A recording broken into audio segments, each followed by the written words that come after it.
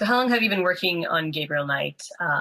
When did you come up with the original concept for the character and the story? It was after King's Quest VI, which I had co-designed with Roberta Williams, and I guess that was about 1992. After that project was done, I was asked to come up with a proposal for my own adventure game series, and had maybe a month to really try to work on that. So the Gabriel Knight concept was born during that time, and I knew I wanted to do something that was a mystery series, and I knew I wanted to do something that had paranormal in it. So I went through a wide variety of ideas. At first, I was thinking maybe he would be a parapsychologist professor at a university, but that was too much like Indiana Jones. So it just kind of evolved over time. And when I found the backstory of his family, it really gelled into the Schattenjäger concept. So what happened when you first pitched the game at Sierra? What was the kind of the reaction at first to the idea? Well, it was kind of mixed because at the time, Sierra had been doing very family-friendly products, well, with the exception of Leisure Suit Larry, but all of them were more either fantasy or humorous. Space Quest was very funny. Larry and even King's Quest to a certain amount. So, it was Gabriel Knight, it was clear from the very first proposal was very dark and sort of gothic and moody and a little more violent. And so there was actually some pushback on it from marketing, and there was a person in marketing who really didn't want to see it move forward, didn't think that was the Sierra brand. And even Ken, he basically, what he told me was, I wish you'd come up with something else, but I'm going to let you try this, because, he was a big believer in artistic vision and just letting a designer run with what they thought. And if the game didn't sell, then then it was all over. But he didn't tend to interfere, which was really great on his part. So I must say that his response gave me sort of a crisis of faith, because it was my big shot to be able to do my own series at Sierra. And I was worried that he was right, and that it just wouldn't sell well, and people didn't want something like that, something dark and, something that wouldn't make them laugh. But we moved forward with it, and fortunately it got a good response. What changed about the game during development? Were there any stories or characters that were cut or changed for any particular reasons? Yes, I think that originally I had planned to have a chapter in in the West Indies. So if you remember the story, her family had originated in Africa and then spent some time in the West Indies and then moved to New Orleans. And so I was going to have a section there, but the game is already really quite long, so we ended up cutting that part. And what's it been like coming back to the game after 20 years since the first one was released? Well, by now I've been working on the remake for, over a year, so I'm extremely familiar with it. But, when I first started looking at it again, I really hadn't played it since its release, because, when you work on a game like that, you end up testing it so much at the end that you just never want to see it again as long as you live. But so I hadn't seen the game in 20 years when I first started looking at it again. And the first thing I had to do was revise the design document. There were some changes that we wanted to make in regards to breaking up the content so that there would be sort of more of an even amount of content per day, so that we could release it per day on iPad if we chose to do that later on. So it was really kind of a blast from the past. It was just very nostalgic, especially listening to some of the dialogue again and playing it through on the original version on GOG. It just brought back so many memories, and every line, it's kind of like you totally forgot that, but as soon as you hear it, you remember it, and it's very familiar. And it was just a treat, coming back to it and feeling like, yeah, this is really fun. And I'm so excited that we get to bring this back for a new audience. Do you have any particular fun or interesting stories from during development the first time? I think we were, as John Schroed said in his interview, we were all young and ambitious and excited and had tons of energy, and the team really gelled. I think everybody on the team really believed in the game and was passionate about it, and we were sort of this little rogue group that was working on something very different for Sierra. And it was just it was a development process that went very smoothly. Actually, it was probably one of the fastest games I've ever done, because I believe the proposal was approved in October, maybe around Halloween, and we had 1 year. Basically, the game shipped the following November. So, for a game of that size with that much writing and recording and all of that, to be turned around in a year was quite a feat. But like I said, I mean, we just had a very passionate team, and I think I probably spent that entire year at Sierra. I think I even slept under my desk once or twice. That's dedication. So obviously the release cycle is very different now from what it was at the time. So what was it like then, waiting to find out what the reception was like for the game?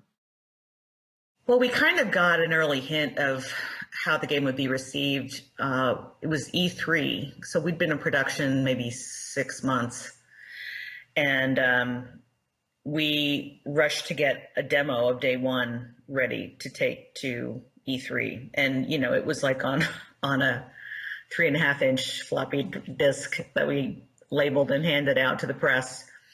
And we got such a great reaction to that first day. We had a lot of previews, and Computer Gaming World, especially Johnny Wilson, was hugely supportive and very excited about it. So we created a lot of buzz with that first demo. And so that gave us a lot of, I guess, a sort of a mid-project boost of confidence and excitement about finishing up the game and seeing it get finally released and getting back all the feedback. The original voice cast had a lot of big names in it. Some that are even still big now. So what was it like casting the game for the voices, and what was it like working with them? Yeah, that was really exciting. At the time, Sierra was just starting to do professional voiceover. A lot of the games before that had just people in-house, programmers and artists and designers reading the lines. In fact, I had been in Space Quest as a robot, and it was pretty funny. But yeah, so the very first game I think that was professionally cast was King's Quest VI, because we had Robbie Benson as Alexander, which was really fun. But so when it came to Gabriel Knight, we were working with a voiceover director in Hollywood who had been in the business for years, Stu Rosen. And honestly, I can't remember how we got hooked up with him. Maybe he had been on King's Quest, but he knew everybody in the business, and it was just starting out that games were using voices. So he was able to get a lot of the people that he worked with regularly on audiobooks and cartoons and things like that to read for us and to do these voices for basically SAG minimum. So he was hugely instrumental, and he would send me casting tapes, and a lot of the voices were cast fairly quickly, but Gabriel, we had a really hard time finding. He must have sent me 20 auditions, and I just wasn't feeling it. And so finally we were talking on the phone. He was like, what about Tim Curry? I've worked with him on some projects, and he's amazingly talented. And I was like, well, gosh, of course, Tim Curry is amazing, but he's British, He's like, well, just let me see if he could do it. And so he sent an audition, and it was just like, we were probably running up and down the hall screaming, and we were so excited about it. So yeah, it was really down to him that we got that cast, and, down to the times that we were able to actually afford that cast. And then when I went down there, I was at the studio in LA the first week or two of recording, and it was just amazing because, as a young writer, I was 30, I guess, at the time. It was my first experience of seeing really good actors read my material, and it was was just an absolute thrill. I mean, to this day, as a game designer, some of my best memories are working with great voiceover actors. Were there any recognizable names that also auditioned for the roles that didn't get them? No, not that I can remember, but we did have a Grace initially that we had cast, and I was there when she came in for her first day, and it just wasn't working at all. And so we ended up letting her go, and then Stu suggested Leah, and she was perfect for it. So what do you say is your favorite or your list of favorite things about the game? Well, some of my favorite things about Gabriel Knight, one, I love New Orleans. I've always loved it. I grew up reading Anne Rice books, so that was a huge influence on me. Just that Southern Gothic texture. I love the fact that Gabriel is a total rogue. You know, he's a womanizer, a charmer. I just find that really fun and hot to have a male character like that in a story. You know, I always loved Grace. To me, you know, Grace was kind of like the every woman who would respond to Gabriel with half a modicum of sense, and yet still be charmed by him, no matter the fact that she also saw his flightiness. About the plot, I really like the fact that we have the mirrored plot in the game. It was the first time I'd really done that as a writer, where the backstory is sort of mirroring the current story, and I thought that worked really well.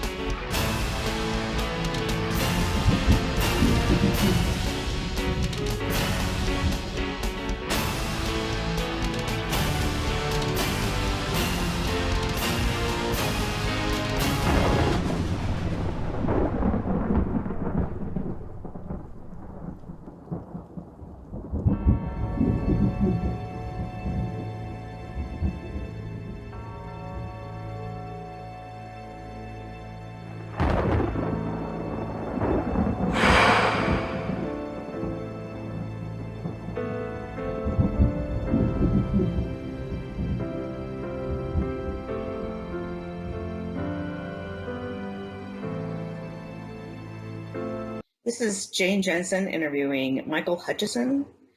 Mike, can you tell us what your role was on GK1? Sure. I was the lead animator on the project, and as in that role, I was responsible for going through your design documents and figuring out everything that needed to be created in terms of not only characters, I guess, but the animations that they needed to do per scene, and figuring out the best way to achieve the end result. Now, when you first started to break that out, was it a lot of animations for a typical game, or was it? How did that map out? It was, I think, it was comparable with some of the games that we were doing at the time. It was obviously more complex than like King's Quest VI, which we had just finished working on together. It was a deeper story and more characters and more locations. But in terms of figuring out the scope of animations that had to happen per room, it was a comparable task. But I think in the end, it was a larger quantity of animations that needed to be produced. Because we had other things like cutscenes and dream sequences and things like that, which we didn't have in previous games that I had worked on, and so it was a little bit larger because of that as well. And how was the animation done for the game? Well, we for the most part we used the blue screen to do video capture, and we would get actors, and most of them were just fellow employees. We would dress up actors in the costume that their character needed to wear, and we would film them on a blue screen to get reference for the animation. And then that would go into our proprietary animation tool, and we would go in and start cleaning them up and start painting over them to make them look like the in-game character. So the bulk of the in-game animation was done that way, but we also did use some of the emerging 3D technology at the time. It was kind of brand new to do 3D modeling of, for instance, St. George's Bookstore, and do some camera fly-throughs to get some 3D elements like the talisman spinning and the circle of fire from some of the opening sequence. So it was kind of a combination of different things, but mostly it was video capture with some 3D elements. So you would just decide, like for Madame Casino, you just walk around the building and find somebody that you think would physically be the same sort of height and weight and so forth, and then dress them up, snag them from their desk and dress them up in costume. Was that about it? Yeah, that's pretty much it. We would, sometimes it was done. We'd find a body type, but other times it was a little bit more. Hey, are you free? Can you do this kind of thing? Do you have time in your schedule where you can devote a good amount of time to doing some video capture for us? We had to get approval from other team leads, and as it happens, I think we had 3 different Gabriels before I finally started doing most of it myself, because it was such a heavy time investment that it was really hard to get people from other teams freed up enough to be able to come and spend a week on the blue screen. So when you were acting out Gabriel's motions on the blue screen, who was doing the filming? It was mostly Bob Ballou. He was the producer, or I would say the blue screen manager at the time. So that technique had been used for other games in the past? Yes, we had used it also on King's Quest VI. So I know you mentioned a little bit before, but after you get the raw footage of blue screening, how much work was it to get down to the final animations? What were the steps of that? Well, sometimes what what we would have to do is, if the motion were a quick one, the camera might not pick up every nuance, and we might have to do some in-betweening. We would be able to insert frames of animation between the ones that we had captured to get a smoother motion. But we would obviously base those in-between frames on the frames that bookend it. So it made it easier to, sort of visualize what that in-between state was. But it was, it could, depending on how long or how complex the animation was, it could take, a couple days per animation loop to get it really cleaned up, because there was a lot of sort of video noise that had to be removed on the edges of the character and also on the inside of the character. We'd have a lot of kind of stray colors and shadows and things like that we would have to get rid of. So it could take a good couple of days per animation loop for the longer ones, and for the shorter ones, we could probably get 2 or 3 done in a day. And you had to also paint over the entire character, right? Because it's unlike with 3D motion capture where it's just a skeleton that's put over the model. I mean, in this case, it was a flat 2D animation, so every frame of that had to be painted over to look like that character, as opposed to, looking exactly like the person who was blue screened, right? Yes, that's exactly right. I mean, you don't look too much like Gabriel, but you had to add that floppy blonde hair into every cell. Well, that's true. We did have, we also had the resolution of the character, which was a little bit lower than we find in games today. So, I think our if memory serves me right, I think our avatar height, or our character height, was about 64 pixels. So that's not a lot of information to work with, so likenesses didn't really come through at all anyway. But I did have to, get rid of my dark ponytail that I had at the time. I had to tuck that into my jacket and paint the floppy blonde hair as well. Yeah. It seems like at one point when we were really under the gun, we were shipping at Christmas, we had a lot of people on it. Yeah. Just cleaning stuff up. Yeah. I think we had, maybe at least 3 team animators who were there the whole time, 3 to 4, between Chris and Deanna and myself. But then we had to have a bunch of people come in, like you said, towards the end to just sort of, get more quantity complete for the deadline. Yeah. Do you have any particular memories of working on the game? Anything interesting or challenging about it? Well, I remember that when we had started working on the game, it was, I always kind of refer to it as the dark horse at Sierra. We got approval to, the game got greenlit, and we started working on it, but it was unproven. It was a brand new character, a brand new potential series of games, and it's kind of, nobody knew where it was going to go.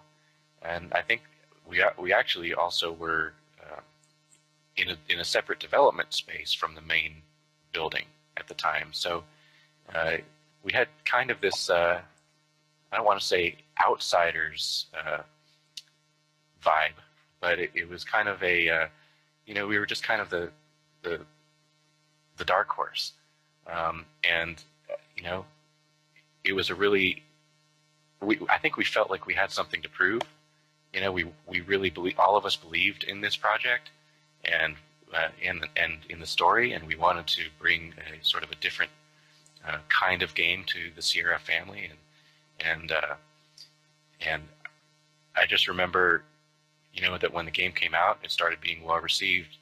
It kind of took some people by surprise internally at the company, I think, and that was always really a fun thing and a rewarding thing for me personally, and I think the whole team in general. Yeah, I think the whole team really, looking back at all the games I've ever done, I think that was one of the projects where the whole team was really invested in it and really believed in it and put a lot of passion into it. It wasn't just me trying to push a rock up the hill, but it was get everyone enthused. It was really people were each individual was very motivated, I think, and saw something special in the game. Yeah, I agree. It was, the story was so interesting, and it was such a rich canvas of locations and characters and, conversations and sort of mythology. You travel the world to these different, areas, and you've got New Orleans, which was also a very rich backdrop. The characters themselves being flawed in their own ways, and but heroic at the same time. It was such a departure from what we had worked on before that I think everybody was really invigorated by that process. Do you ever have people ask you about the game? Or people surprised to hear that you worked on it? Or do you still have conversations about, hey, what was that like? Yes, all that actually that happens pretty frequently. I will get contacted, maybe at least once a year or once every couple of years by somebody, out there in the world who finds me and wants to ask some questions about the game, and we open up a little dialogue about what the game meant to them, and a funny, an interesting story that I can tell you right now is that I was working at BioWare a few years ago, and I was working on the Old Republic MMO, and one of my coworkers sort of had looked up my profile and had seen that I had worked on Gabriel, and he said, Gabriel Knight is the reason why is the reason why I met my wife. And I asked him, well, tell me about that. And he said, well, I played the game when I was younger, and I was so interested in New Orleans because of it. It sparked his imagination in such a way that he eventually ended up going to college there, and that's where he met his wife. So, in sort of an indirect way, he credits Gabriel with completing his personal quest to find. So there are children out there that exist. Yeah, I guess so. That's funny. But he's that's just one example. There's other people who I might have told at some point that I was the lead animator on the project, and I was the sort of the motion actor for the project, and they might forget that I told them that, and then years later they say, oh yeah, I remember that you had told me that. That's really cool. And so I think the game definitely has had legs for sure, and means a lot to a lot of different people. So you did the majority of Gabriel's animations yourself on blue screen, wearing a long leather coat. Is that right? Yes. And when you did that, was the resolution such that you just went through the actions, or did you actually try to have sort of him as a character in your head and try to put some acting into that? I tried to, first and foremost, I'm not really an actor, right? so I was approaching the problem as an animator at the time, and I was trying to sort of over exaggerate some motions so that they might read better. I was approaching it more in terms of trying to get the motion down and trying to get a clean motion, from the right angle. But I think that you can't help but try and role play a little bit when you're in that situation, to try and, especially as we get further into the project and you start learning more and more about, the character himself. I think you can't help but role play that character and try and bring some of his personality into it, especially when you're doing takes with other people, like Robert Lindsley when he was doing takes with me as Detective Mosley. we would kind of act with each other, and I think try and get some of those personalities in as well. So when you had a scene, for example, when Gabriel's talking to Mosley, you would do them at the same time if you had to pass back information or touch each other in some way? Yeah, especially if we had to. Now, most of the time we would do things, the character would be alone on the screen because it's easier to clean up. But there are some situations where we definitely had to have two people acting at the same time. For instance, when Dr. John strangles Gabriel down to the ground, we had to have that done with two people and sort of choreograph it. But most of the time it was single people on the blue screen. So did you actually have to kiss Malia then? Was that something that was blue screened? No, we didn't do anything that personal. So, yeah. I was just wondering because we worked a lot on that in 3D because it's really hard to get 3D characters to, look like they're actually kissing and not just sort of like either getting, an inch away or going through each other or whatever. Why do you think Gabriel Knight is still remembered? I think it's because it was such a unique game. It was such a rich and deep story. It had characters that were fully fleshed out. If you know what I mean. They each had their own history and their own motivations and their own problems, and they seemed very real. And I think a lot of people could relate to, if they couldn't relate to Gabriel, maybe they could relate to Grace. Maybe they could relate to Mosley. Every character had their own backstory that was important to who they were in the game. And it wasn't just, a single hero making his way through, puzzles and encountering, quirky characters. Each character that you met in the game seemed like a plausible, real person. And the story itself also was very deep. It touched on many different things. Ancient curses and a bloodline that becomes discovered. This unknown that becomes discovered in the main character. It's kind of I just don't think there was anything like it at the time, and I think that's one of the reasons why it's so well remembered. It was the story.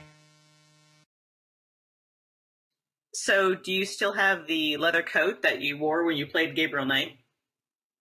I sure do. Yes, I still do, and I actually also have a few things. Souvenirs, I guess, from the game. When we had to do the filming of or the animation for the crime scene at the lake, I had gone out to a local hobby shop and bought a small toy police car, painted it up so that we could capture different angles of it, so we could have it drive away down the road. I still have that model as well. It's the white has yellowed over time, but I have that too. Okay, well, thank you so much for being part of our special edition, Michael, and I'm sure it's been a treat for the fans to hear about the animation process and to hear your voice, and really appreciate you joining us. Oh, it's been an absolute pleasure. Thank you.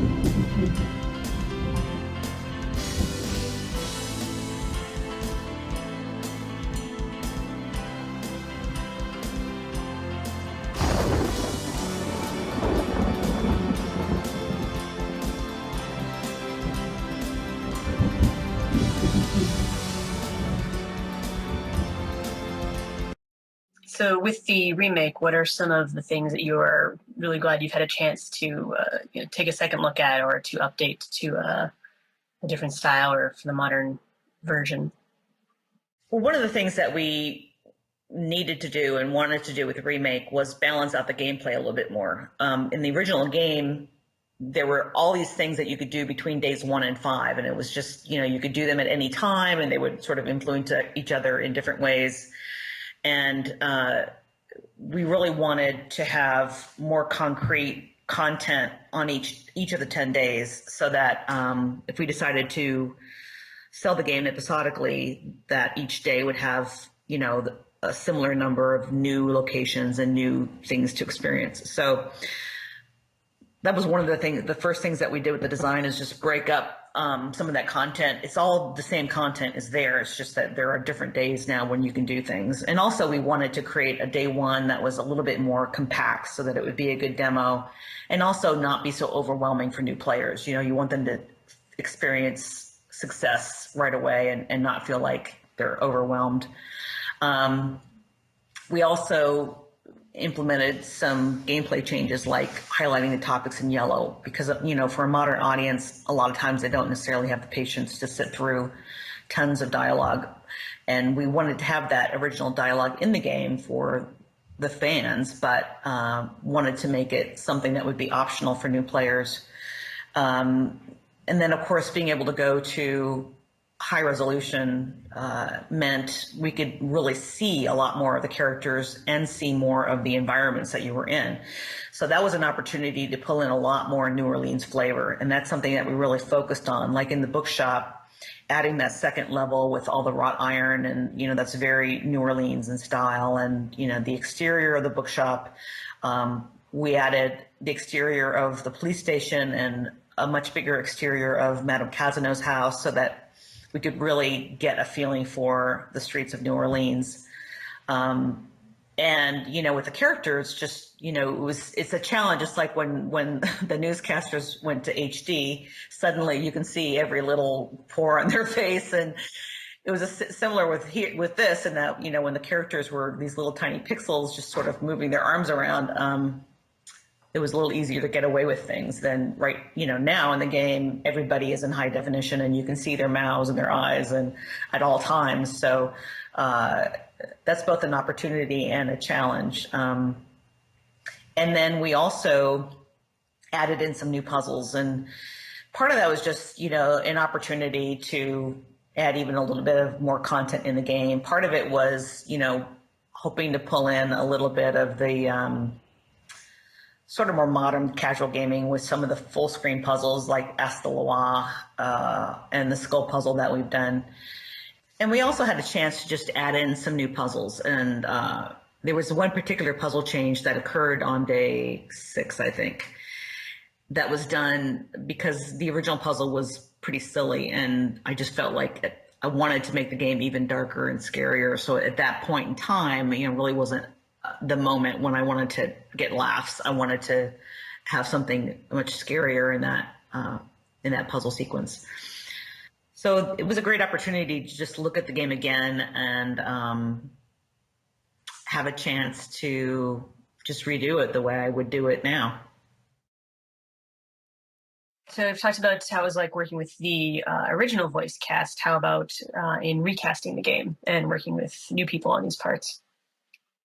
Yeah, well, we knew going in that we would not be able to use the original recordings because, first of all, they were lost, and all we had was the really compressed audio that had shipped with the game. And also, the SAG regulations would not allow us to reuse that content. Unfortunately, a lot of the actors that we had initially are, over 20 years older, and also, not necessarily available, or if they were, they would probably be way out of our budget range at this point. So we turned to BA Sound, which is the studio that does all the Telltale games, Walking Dead, Wolf Among Us, Sam and Max, and they also did Mobius. So we really enjoyed working with them on Mobius, and they did an awesome job on those voices. So they helped us recast the game using some of their actors that they use for projects, and I think the voices are amazing. I think they sound great. They sound a lot like the original game. It was tough finding a Gabriel. We did listen to a lot of voices for that, and we ended up using Jason Victor, who was a fan of the game and does voiceover work, and he had a great Gabriel Knight voice. So we went with him, and it was amazing because when a game like Gabriel Knight, the original game, had so many lines. I think there was over 10,000 lines of dialogue, which is really unusual for a modern game. So Jason had so many lines to read, and he was fast. I mean, I was there for the first 3 or 4 days of his recording, and because he knew the game so well, he would immediately know where a line was and the attitude of the character, and so he was just wonderful to work with on that. So obviously, over 20 years, the game gets the chance to build up quite a fan base. So have you continued to have interaction with the fans, and what has that been like? Do you have any particular stories of meeting fans or talking with them online or anything that come to mind? Yeah, I've done a lot of things since Gabriel Knight. I published a number of games and a number of books, and but Gabriel Knight has been the one thing, it's kind of like my Sherlock Holmes, I guess. It's been the one thing that people really remember, and I get contacted about it all the time still. I mean, even people interested in making a movie, or fans just writing to me to tell me their stories. So that's been a great experience to have as a writer, to feel like you really influenced people's childhoods. I get a lot of, I played Gabriel Knight when I was 10 years old, and it made me want to become a game developer, or,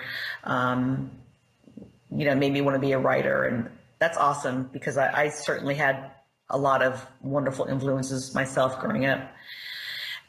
Some of the stories, I love it when people send me pictures of themselves at some of the locations in the game. One of my favorite fan pictures ever was a woman her boyfriend photographed her in front of Neuschwanstein, which we used in GK2, and she had her shirt raised, and she had a Schattenjäger tattoo on her stomach. I think it was probably just temporary, but anyway, it was fun.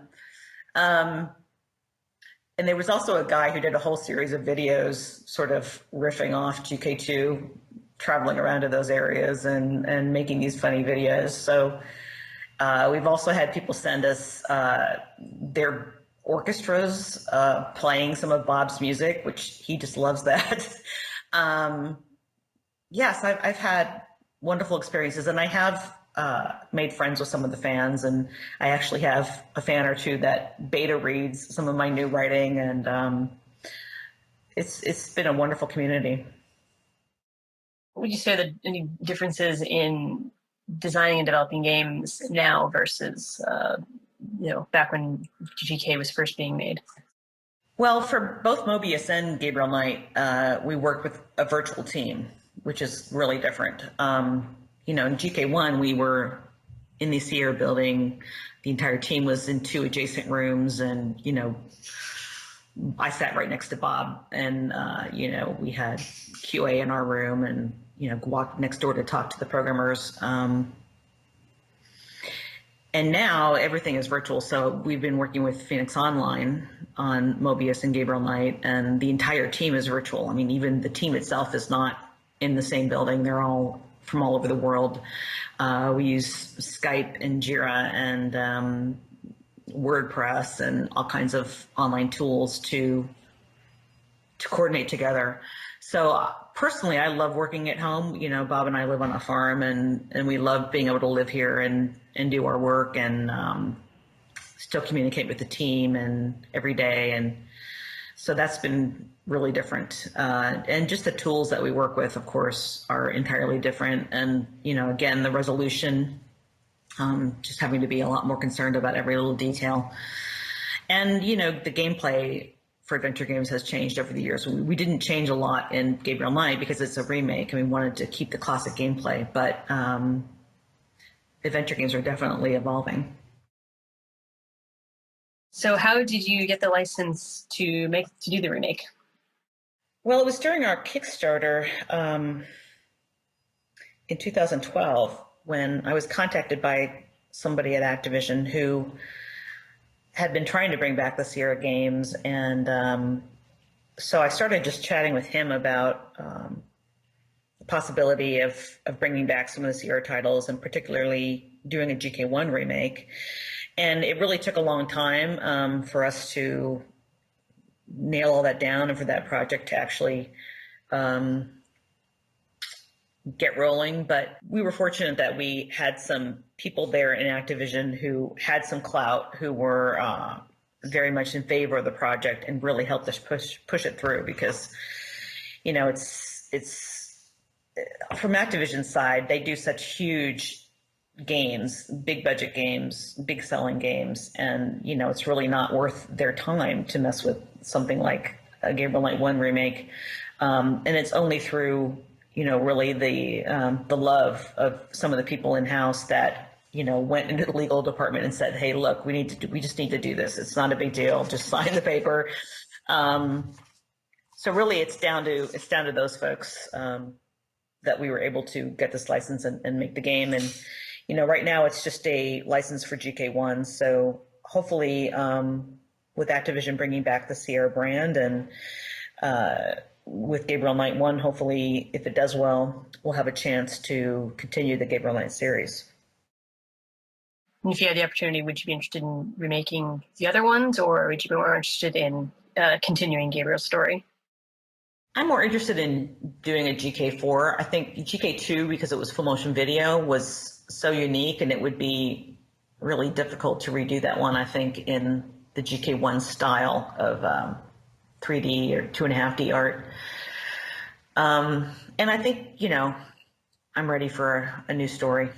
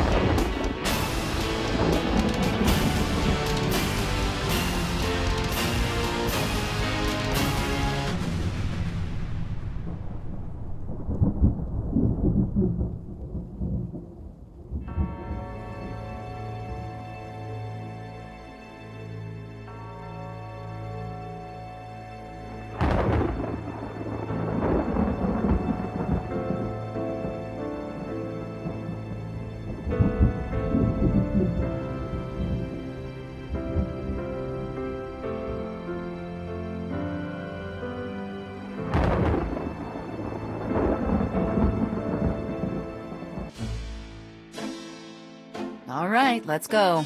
The shirt, please. You don't know how long I've been waiting for this moment. Now.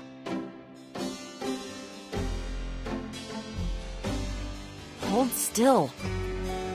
Maybe you'd like to tie me up. One more remark, and I'm leaving. Okay.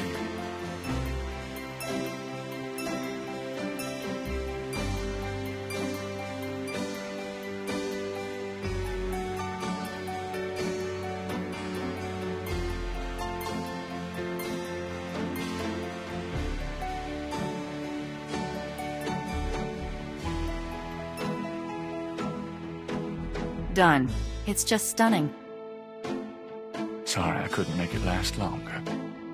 Well, it was about what I expected from you.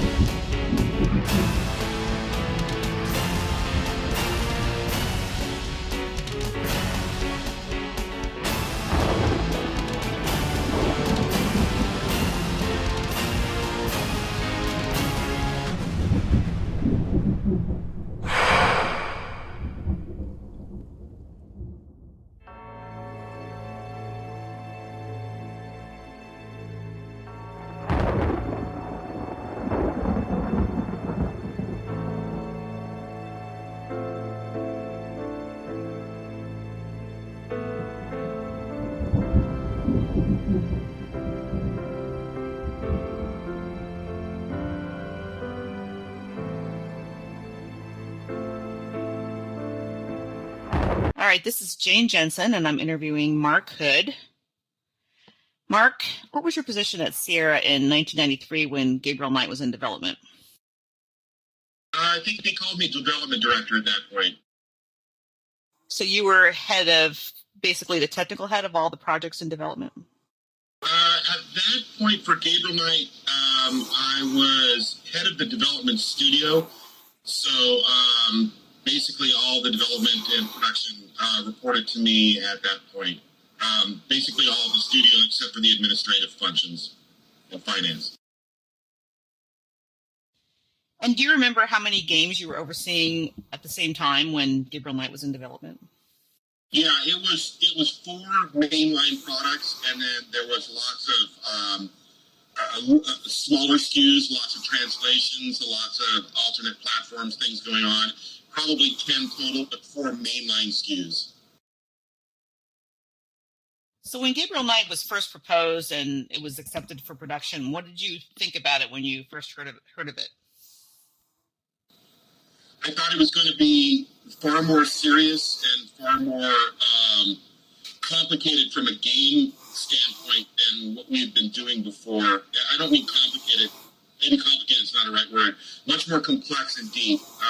I think we've all been hoping for a lot more story in the games. There was some story elements, obviously, in the adventure games. That's what made them great. But we were really looking for something that took it to the next level in terms of story. And when I saw it, it was a mixture of being very nervous about the development risks that were there, but also being really excited about what could be done there.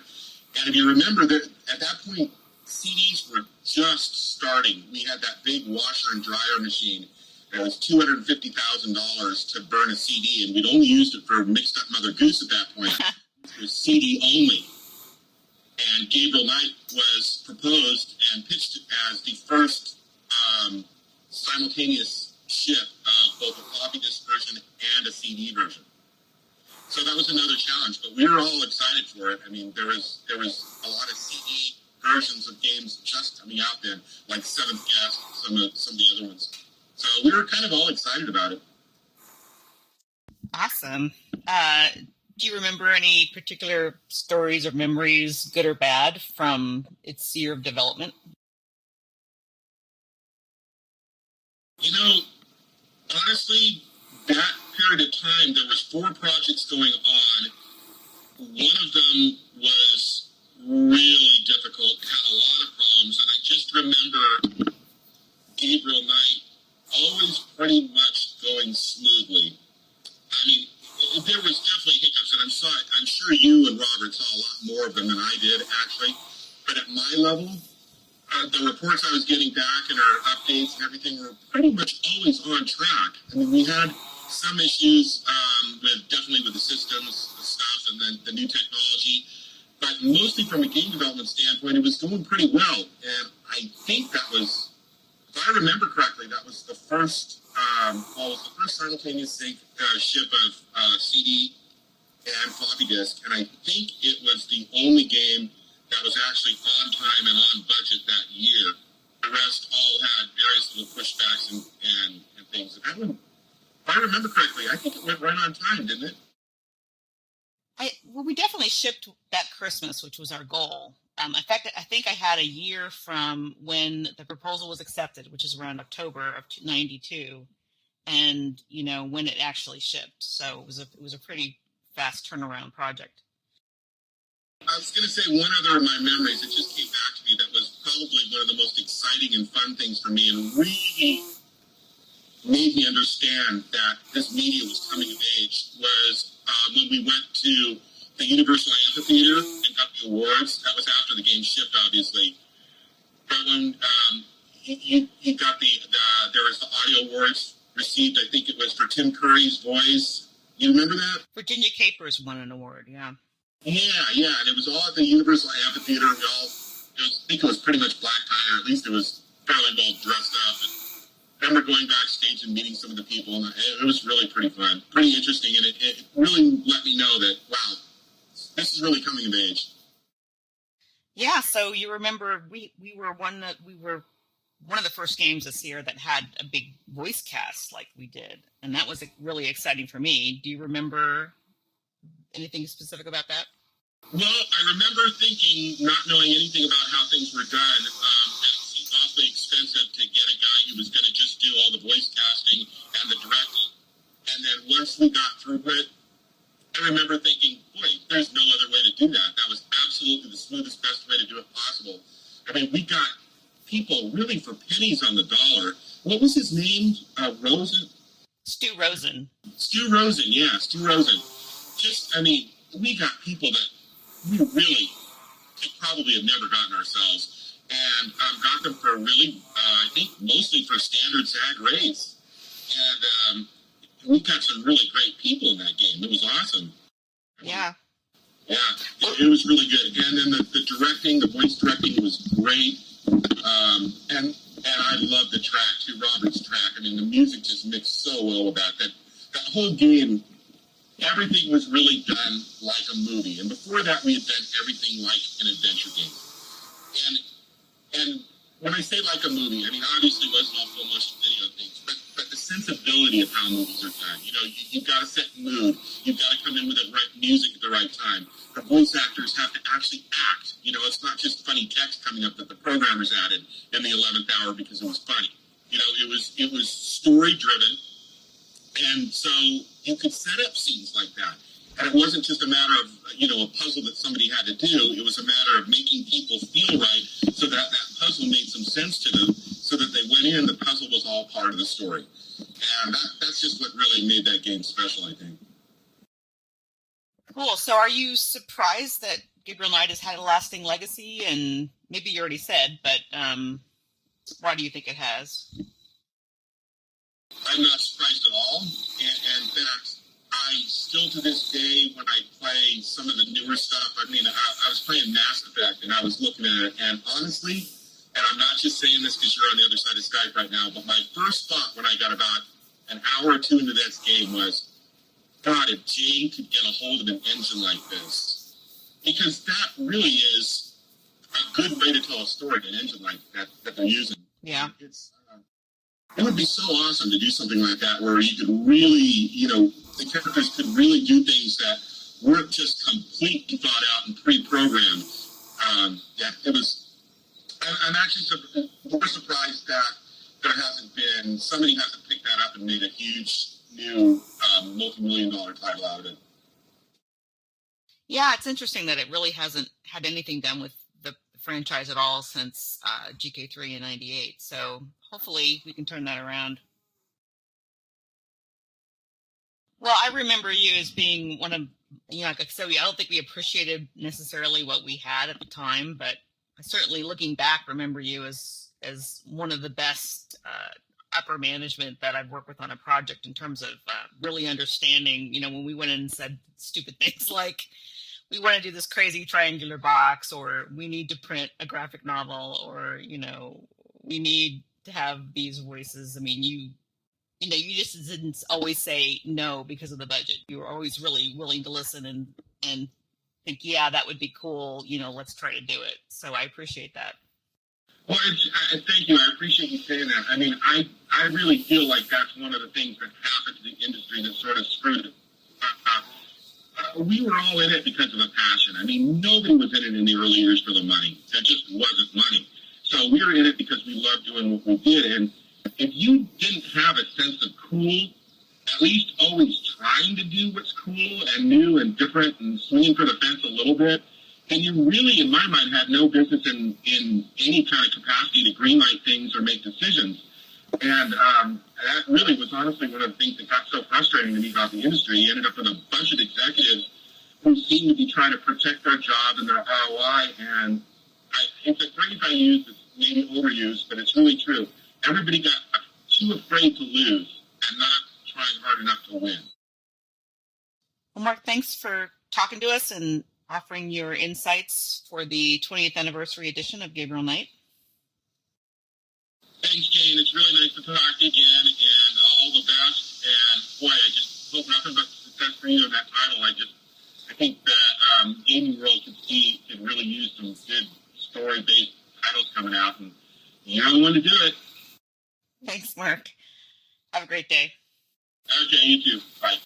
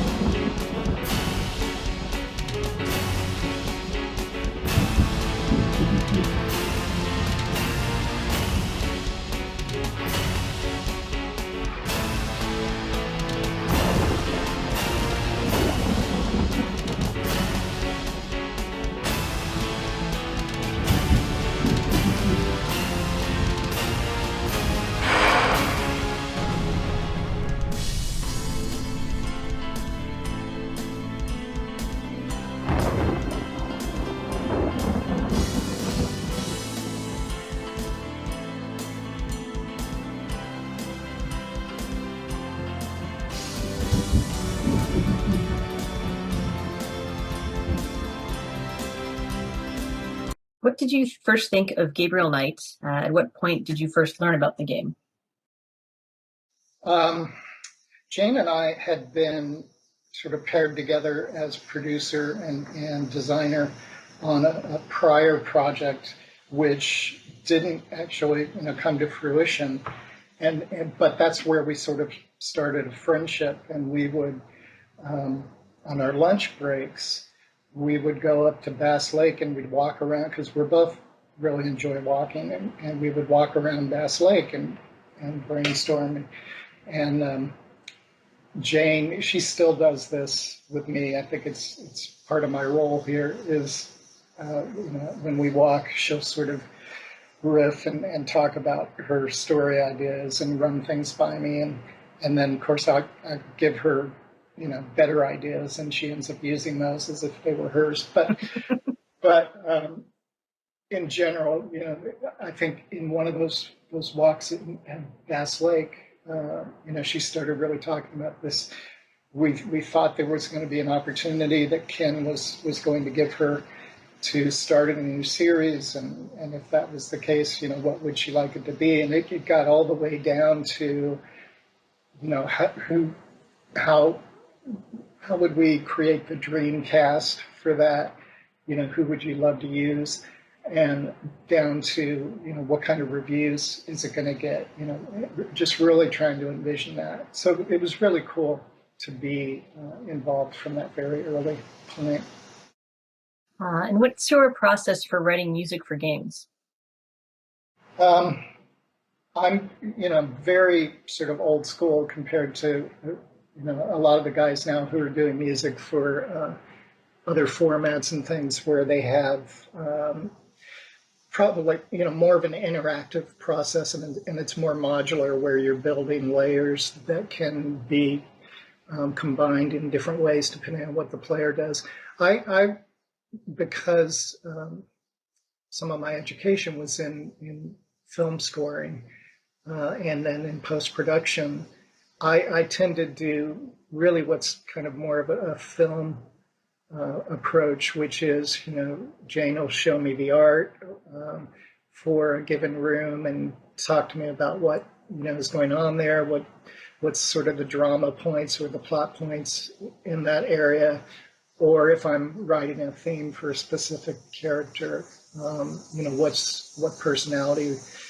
And then what I try and do is, if possible, is sort of uncover something a little more subconscious, a little less obvious than what's on the surface, and see if I can tap into something there. And I'll usually start on piano and just sort of goof around until I find something. And what were your inspirations for the music for Gabriel Knight specifically? It's interesting because in going back and working with them again, those inspirations became really obvious to me, and I hadn't been really aware of them as much when we first did the game. There was a great movie in 1987 called Promised Land. It's got Kiefer Sutherland and Meg Ryan, and it was one of the first film scores by James Newton Howard, who, of course, ended up doing a bunch of wonderful scores over the years. It was a really interesting influence on me because the music that he did for that film and for the individual scenes isn't obvious. It isn't what you would traditionally have done from a film scoring perspective. And each one of those tunes really stands by itself. In fact, I've had the album for years. In fact, when we were in the delivery room and when my daughter Raleigh was born, we played that soundtrack because we just loved the music so much. So that was a huge influence on me because I think James Newton Howard has always done wonderful stuff.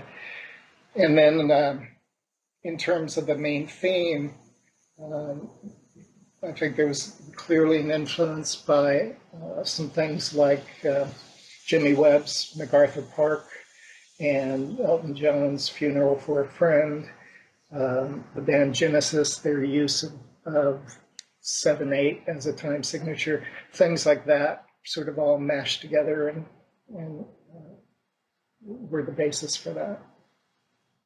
What's it been like coming back to the game and its music after 20 years? It was the best of times and the worst of times. It was great. It was funny how much of it I had actually forgotten and hadn't heard, for a long, long time. So it was great. It was like greeting old friends. And then the painful part was because I had so forgotten them, I actually had to go back and learn them as if I was learning somebody else's music, which was kind of entertaining. But it was really, really a pleasure to go back and do it. I was just telling Jane the other day, when we first started this project, we thought we were under a much more aggressive timeline. And so I had to move through this stuff pretty quickly. If I had my druthers, I'd probably do it again. I'd probably go back now and redo them again, and be a little happier with them. But it's been a great experience, and I'm hoping that people who knew the music from the original version will feel like we stayed true to that and just sort of helped the quality of it. What has it been like re-orchestrating and re-recording the music with the technology now versus the originals, which obviously sound quite a bit different? It's been great. It's been tempting because in some instances, I'd like to do totally different things, but that would probably have taken me too far from the original. One of the things we've clearly seen with anything connected to doing a new version of this game is that the fans are, very, very specific and very loyal to the experience that they originally had. They really don't want a lot changed. They're open to improvements and they're open to some new elements, but I really probably had to stay truer to the originals than I would have if nobody cared. So that was an interesting exercise. What are some things that you think you would do differently if you were scoring it from scratch? Like how different might the sound be, or are there any specific songs that maybe you would do something different with? Yeah, I think I would go maybe for more of a New Orleans influence. I was thinking the other day, it would have been really cool to do something with like a legitimate New Orleans artist like Dr. John, and have that kind of legitimate foundation, and then maybe wrap that in interesting textures. Something like if you paired Brian Eno with Dr. John, where you would have this great ambient effect, but this very old school sort of New Orleans basis. And if for some reason GK ever becomes a film or something, then I'm hoping maybe we could add that as a new flank to the musical personality. So for the original, you were both the producer and the composer. So how did that work, and sort of what was that experience like?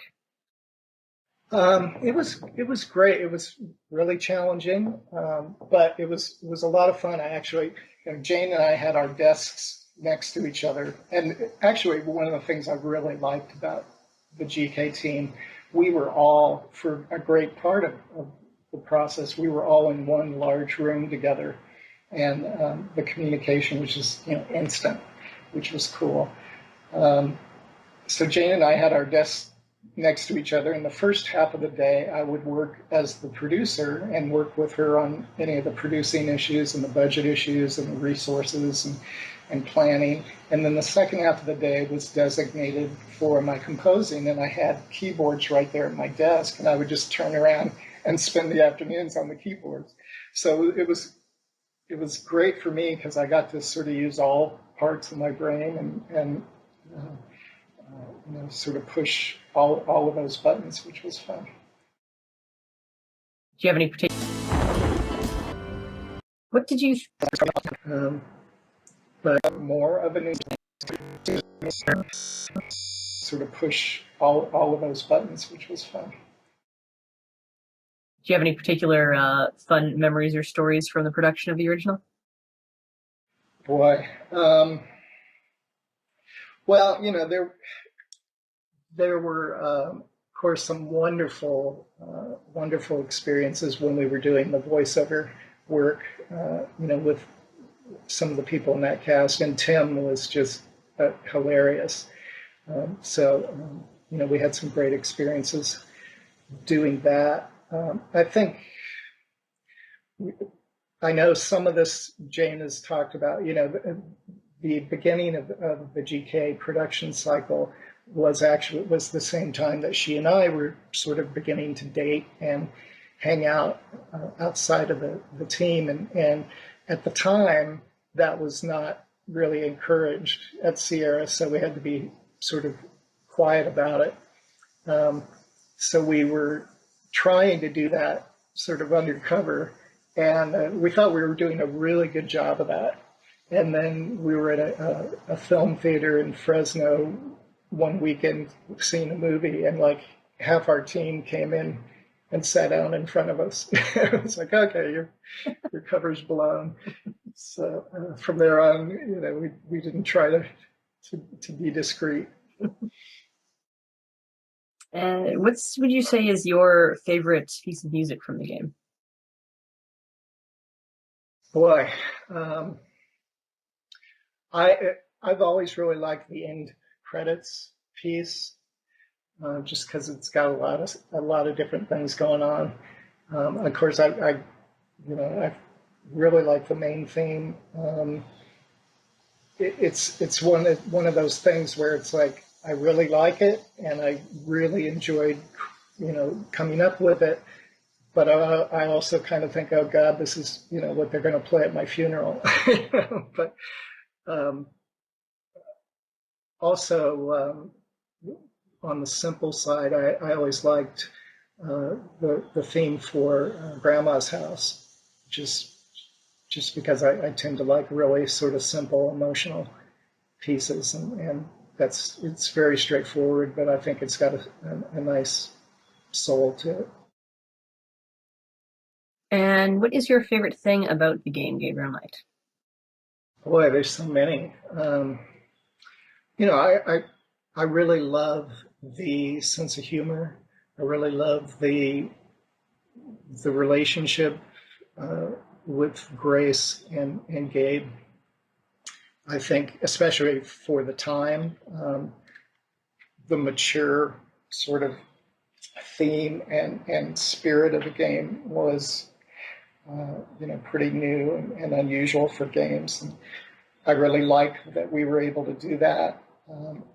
And I think, knowing the team and how hard people worked, I really appreciate the fact that the game has been, held with a certain kind of esteem, and people really seem to appreciate the textures and the characters and the music. And, it seems like so much of what we intended to do really seems to resonate.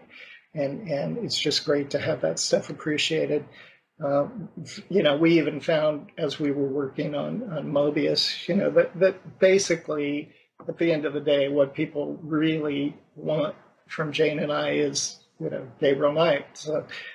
So it's cool to be able to revisit that, and the entire team has done such a great job of sort of passionately recreating and elevating the quality and yet staying true to the original.